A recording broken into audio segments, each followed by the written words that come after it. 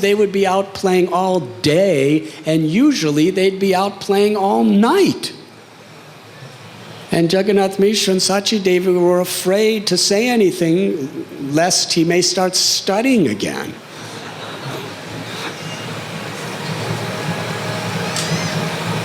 Vrindavan Das Thakur explains some of the things they would do.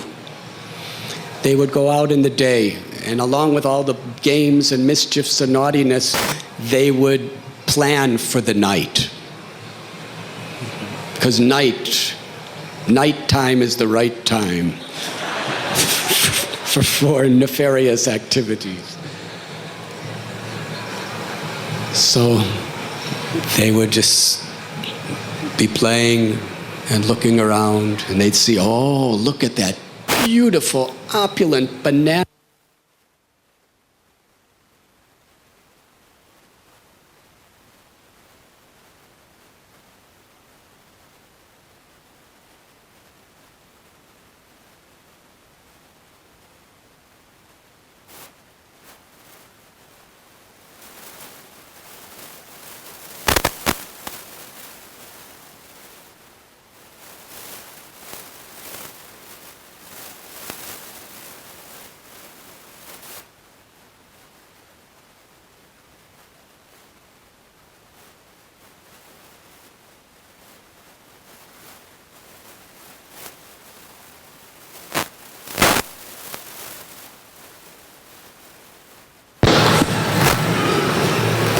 It's very auspicious.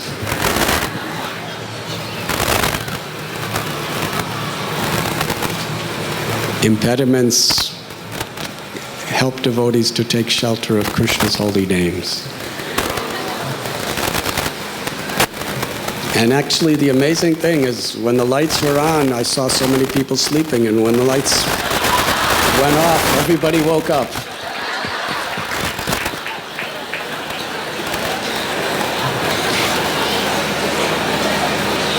Yanisha Sarvabhutanam.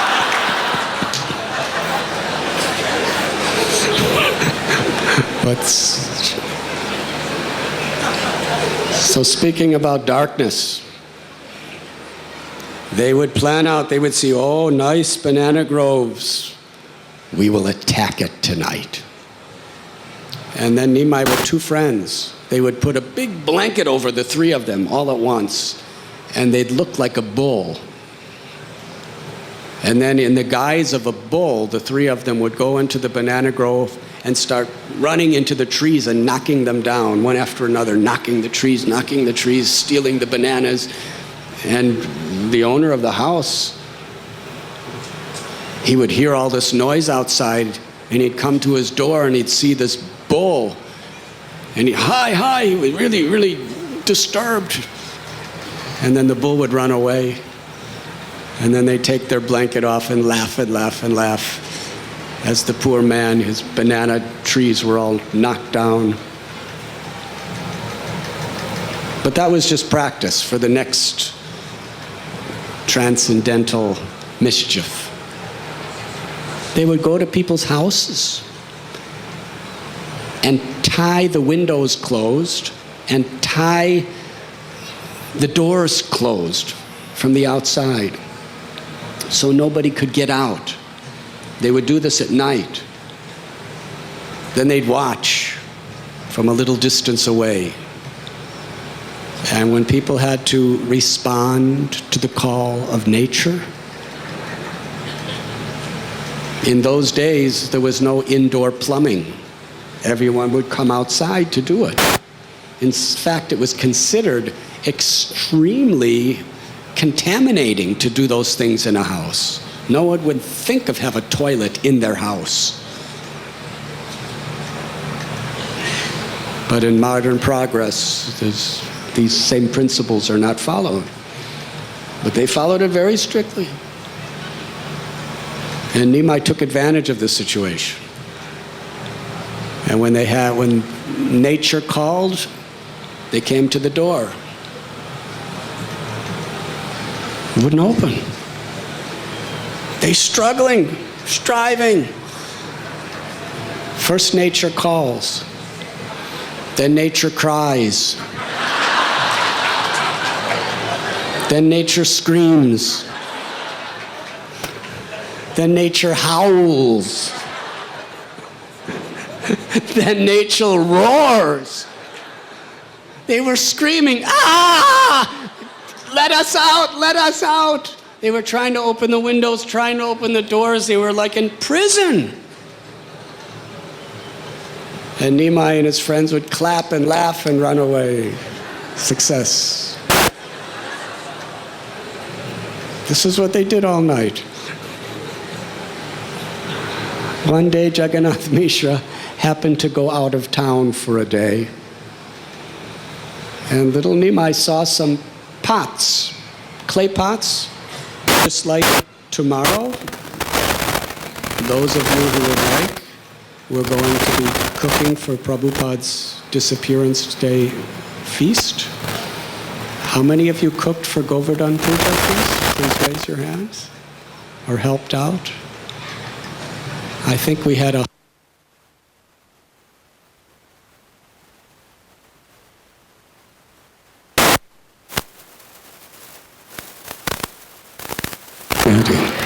Hare Krishna.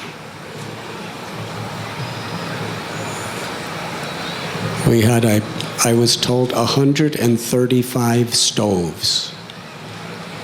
And they'll all be there tomorrow for Prabhupada's feast. And most of us were cooking in clay pots. And the clay pot, the same pot would be offered to the deities. But there was sometimes, and it would be all black.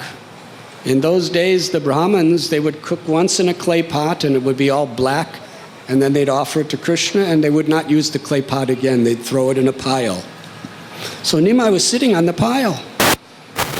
And it was all black marks all over his beautiful body. It said he looked like a golden champak flower with black bumblebees swarming around him.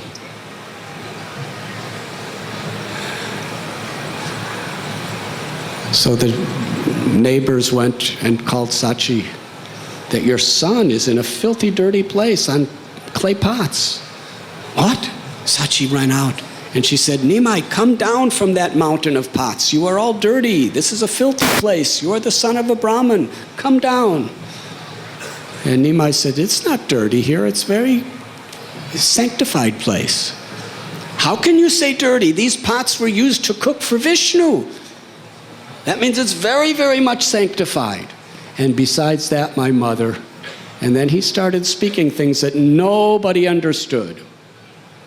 He said, wherever I am, that place becomes purified.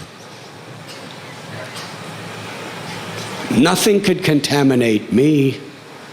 I am the source of all purity. And he entered into the mood of Dattatreya, his avatar, speaking this philosophy. And Sachi Mata, she said, my son, your father is a Brahmin and a learned Pandit. He's going to lose his reputation if you behave like this. And you should know better. We've raised you with all high ethics. Why are you up there like this in this dirty place? And Nimai said, how am I supposed to know the difference between clean and unclean, pure and impure, if you do not allow me to study? Then all the neighboring ladies started chastising Sachimata. Said, you don't allow him to study? All our children today, they don't want to study. We have to force them to study. You're so fortunate. You have a child who loves to study, and you don't allow him to study? Who has told you this misleading information to stop your child from studying? Nimai, as far as we're concerned, you should stay there. Don't come down until your parents allow you to study. Sachimata had to climb herself up all these pots and pick up her little Nimai and carry him down. When Jagannath Mishra came home, she told him, this is what happened. I think our son is very unhappy because we do not allow him to study. Ultimately, for Jagannath Mishra and Sachi Mata, there was only one purpose of their life, and that was to make Nimai happy. So Jagannath Mishra said, "We will begin your studies again." And he called Brahmins to chant mantras, and he had musicians playing music, and he had all the friends and all the relatives for the ceremony of giving little Nimai the sacred thread. When Jagannath Mishra had the sacred thread put on Nimai, it wasn't an ordinary thread. Ananta Shesha personally incarnated as that thread to be close to Nimai always. And then Jagannath Mishra whispered the Gayatri mantra into Nimai's ears. And as part of the ceremony, there were some yajnas and there was mantras being chanted. And then Nimai was given a little stick and told to go out and beg for dakshina. And when he had that little stick and he went out to beg, he actually assumed his form of Vamanadev. And he went to people's houses and everyone was falling in love with him and giving him some donations. Parvati and Saraswati took the disguise of Brahmins' wives just to give some donation to Nimai. And as he was doing this in his Vamana Rupa, Nimai, with a little stick and a begging bowl, began to think. He contemplated. It is the age of Kali. And people in this world all around are suffering terribly due to the disease of forgetfulness of Krishna. The one cure in this age of Kali is the chanting of the holy names of the Lord. Harinam Sankirtan. My life, my mission, I have incarnated in this world to spread the glories of the Harinam Sankirtan movement. And very soon, I'm going to have a begging pot. And I'm going to have a danda. Because I am going to take sannyas, especially to relieve the suffering of the conditioned souls by giving them Krishna's holy names.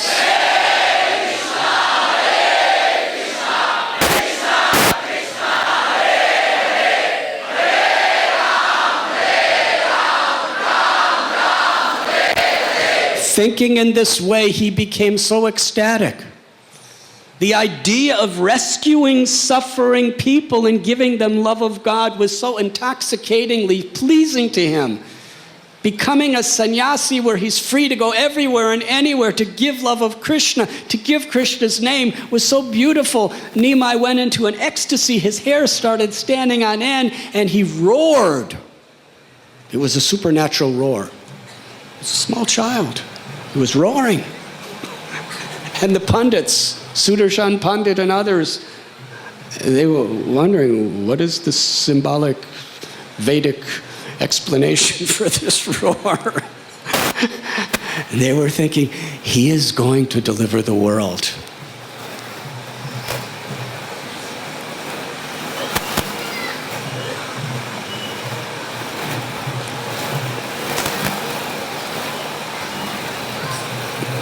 Not long after this,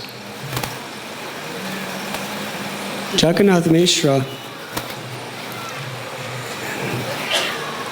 actually I'm supposed to sing Damodarastakam, so I'm going to have to end very soon. Should I tell one more story? You are so kind, thank you.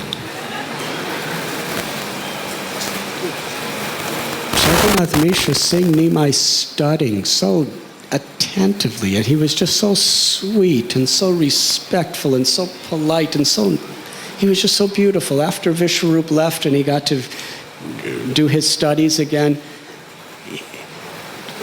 Jagannath Mishra, every time he would look at Nimai, his heart would explode with love, uncontrollable love. Every time he would hear Nimai's voice, his heart would melt.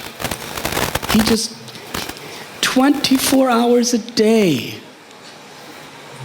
he was absorbed in fatherly affection for Nimai. He couldn't even think of anything else.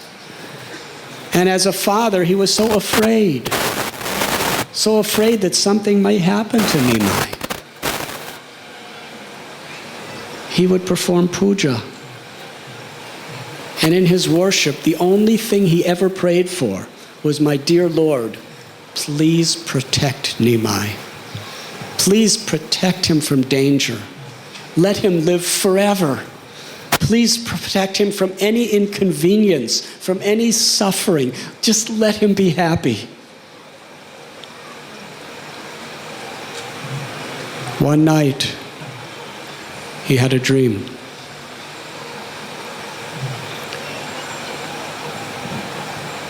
He woke up from the dream and started shouting, Nimai, come home, please. No, not like this. Please, come home. And Sachi Mata asked, why are you saying this? Nimai's home. What is the problem? He said, I had a dream. It was the most wonderful dream, but at the same time, it was the most tragic dream. He said, in my dream, I saw our little Nimai. He was a sannyasi. His head was shaven. His beautiful, luxurious locks of hair were shaved from his head. He was wearing saffron robes. He carried a danda and a begging bowl. The form of our son, Gauranga, in this role of a sannyasi, was so extraordinary. He was so beautiful. But my heart was breaking. And then around him, I saw all the greatest of all the devotees. There was Advaita and Srivas and all the others. And they were all worshiping our Nimai, who now was a sannyasi. And all around him, Nimai began to chant the holy name, and they were all chanting along with him. Chanting and chanting and chanting. And soon thousands of people were there. Then Nimai sat on a couch that was none other than Anantashesha. And he put his feet out. And Advaitacharya and Srivas and all the other saints were placing their heads in Nimai's lotus feet. And they were all chanting the glories of our son. Suddenly, the dream changed. And I saw Nimai in this sannyasi role.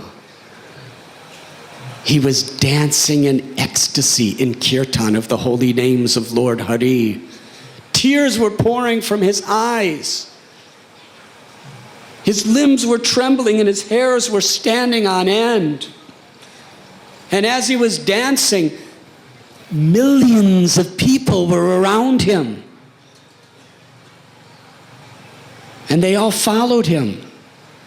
And Nimai took them all to Jagannath Puri, where millions and millions of people, induced by the beautiful form of our son, were crying out, filling the entire universe with Krishna's holy names.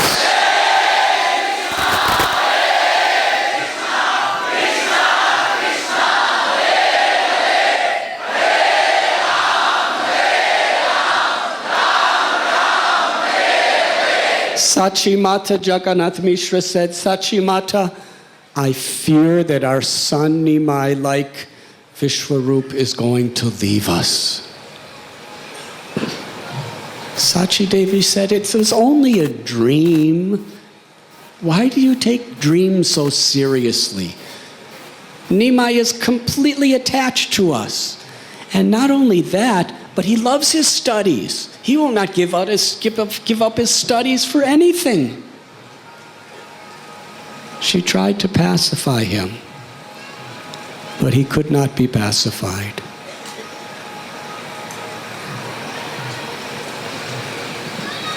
Very soon after this dream, Jagannath Mishra, in the anguish of his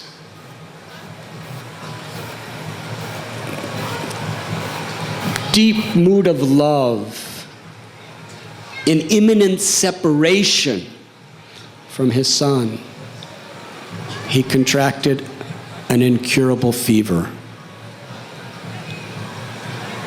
And Mayapur was at his side, crying out, "My dear husband, please do not leave me as a widow. Please do not allow Nimai to be without a father. He needs you. Please stay with us." And Nimai was crying, "My dear father, please don't leave me. I need you as my father. If you leave, who is going to punish me? Who is going to correct me? Who am I going to be able to come home and say, 'Father, Father'?" Jagannath Mishra, as he was passing from this world, he prayed to his Vishnu deity. Said, "I now, my Lord Krishna, I entrust Nimai into your care. Please protect him." And with Nimai at the feet of his father, Nimai had all the relatives and friends chanting the names of Hari around Jagannath Mishra. And Jagannath Mishra passed from this world, absorbed in the thought of his darling son Nimai, absorbed totally, his mind and heart focused on Lord Gauranga.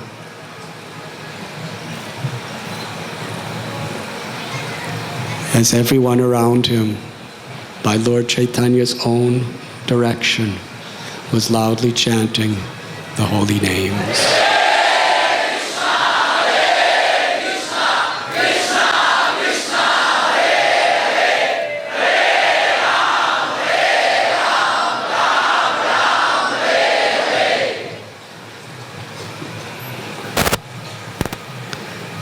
On that very day, Jagannath Mishra went back to Godhead. He is Nanda Maharaj. Not an expansion of Nanda Maharaj, but Nanda Maharaj himself. Just as Lord Gauranga is not an expansion of Krishna, but is Krishna himself in the mood of Sri Radha.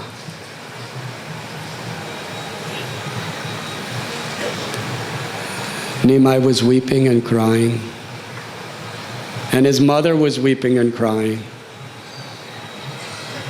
Vrindavan Das Thakur explains, just as Lord Ramchandra wept tears incessantly when he heard that his father Dasarat had departed from the world, in the same way Nimai was weeping. Now, what is this weeping? Krishna tells in the Gita that a learned man or woman does not lament for the living or the dead, because the soul is eternal. When a person in ignorance cries for the death of a loved one, they're crying because they feel that that person is gone, that they cease to exist. But when a learned person or a devotee, when a loved one leaves a devotee, in one sense there's a festival, because they know that soul is going to be with Krishna. If a person's a good devotee, that person's going to be elevated and be with Krishna. Jagannath Mishra, definitely he's going back to Godhead. So that's a celebration. But that we are without his association. That is the tragedy. We don't lament for the person. We celebrate the fortune of the person. But we lament for our own misfortune that Krishna was revealing himself so beautifully through this devotee in my life, and now that devotee is no longer here. I could reciprocate with Krishna so dearly with this devotee, but now all the help, all the guidance, all the friendship, all the reciprocation we shared, he's gone. So in the departing of a loved one for a devotee, there's simultaneously more joy and more tears. But it's in knowledge. It's separation in the light of truth, rather than separation in the darkness of ignorance. Nimai then realized that he was the only thing left that Sachimata had. And the only way he could console Sachimata was to promise her, I am yours, I am yours. I'm with you. Our father has gone back to Godhead, that is his good fortune, but I'm yours. And he emitted such love to Sachimata. He enchanted her heart so dearly that just seeing him, she totally forgot all suffering, all anxiety. She was in bliss. But if even 5 minutes Nimai was out of her vision, she would be longing and crying to see him again.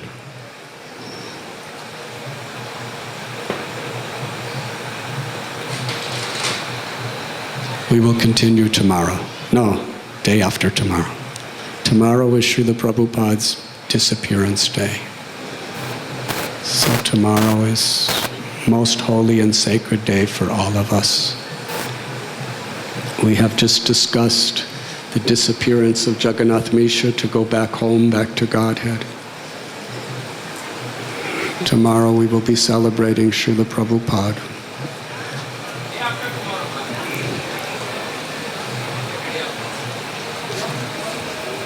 Huh? Disappearance day is day after tomorrow? Really? I'm sorry, but it's the day after tomorrow. So we will continue the narration of Lord Chaitanya's Sannyas Leela tomorrow. Thank you very much.